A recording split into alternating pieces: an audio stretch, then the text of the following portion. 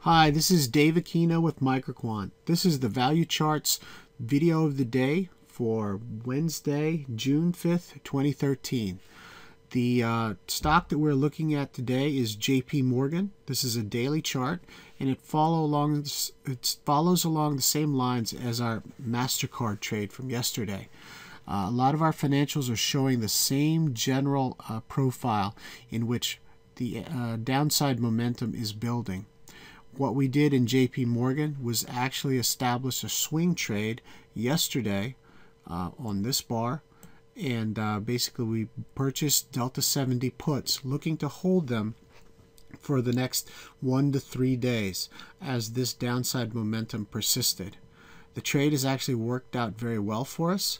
Basically from the time that we got in until now, we went in with 3 contracts. When we hit moderately undervalued here, we sold one of our contracts, and we're actually looking for JP Morgan to break this support and continue down. Now at this point we did bounce a little bit. It is midday on Wednesday. It may bounce, it may test it tomorrow, or it may break through, or it may continue to bounce upward. But at this point we have a break-even stop on our 2 remaining contracts.